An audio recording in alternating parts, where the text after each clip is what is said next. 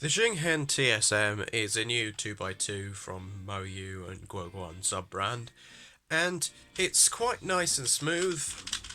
It's not too fast, and requires some lubrication to keep it at a reasonable speed, otherwise it gets a bit too slow. So out of the box it's a bit too slow, so it needs the tensions loosening a bit. It comes a bit tight, so I'd recommend that you loosen the tensions and put some lubricant in it if you get it. It comes with the regular weird cards and silly things like that, and this solution guide that nobody uses, a screwdriver as always, and some spare magnets. But it also comes with this tool here, which is for taking off pieces really easily. And the reason for this is it has a mechanism that allows you to change the size. So at the moment I've got it on 50.75mm, but if you see here, you can take this thing up and then change it down here for 50mm if you do it on all 8 of them, and that's 50.75 and that's 51.5. So it's the first 2x2 to ever have anything like this. It was teased about a year ago and it's taken MoYu this long to actually get around to releasing it, but it is a pretty interesting thing. So in terms of corner cutting, it's not great really. It can do 45 and reasonable, probably almost 30 reverse, so it doesn't have the full range like that cubes like Valk 2 have, where they can just corner cut wherever you want without any issue. But so what, it's smooth enough that it's just not that necessary. Obviously lockups are slightly more likely on this than other 2x2s, but that doesn't really mean much when it's smooth enough, and the magnets are quite strong, so it goes in place anyway. Yeah, I reckon the magnets are 4x1 N50. That's my prediction. Could be wrong, but that's my guess.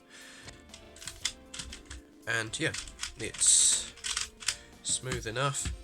So I have it on the 50.75mm setting, but it can be on 50mm and 51.5mm if you want. So for me to just demonstrate quickly just how quick it is to change the size.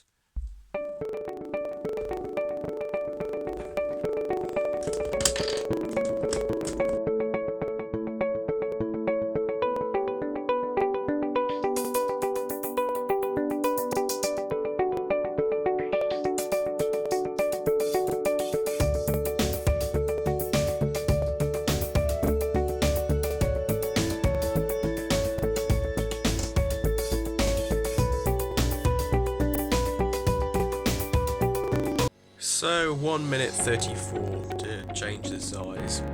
Not as fast as I'd hope, but pretty fast to be fair. And let's just make sure it is 50mm as I changed it to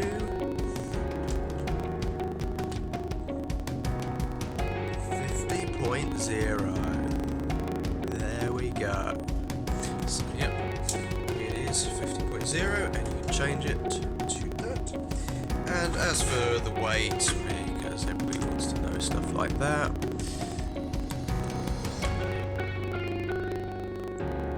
it's 61.5 grams, which is basically just normal for 2x2, nothing special.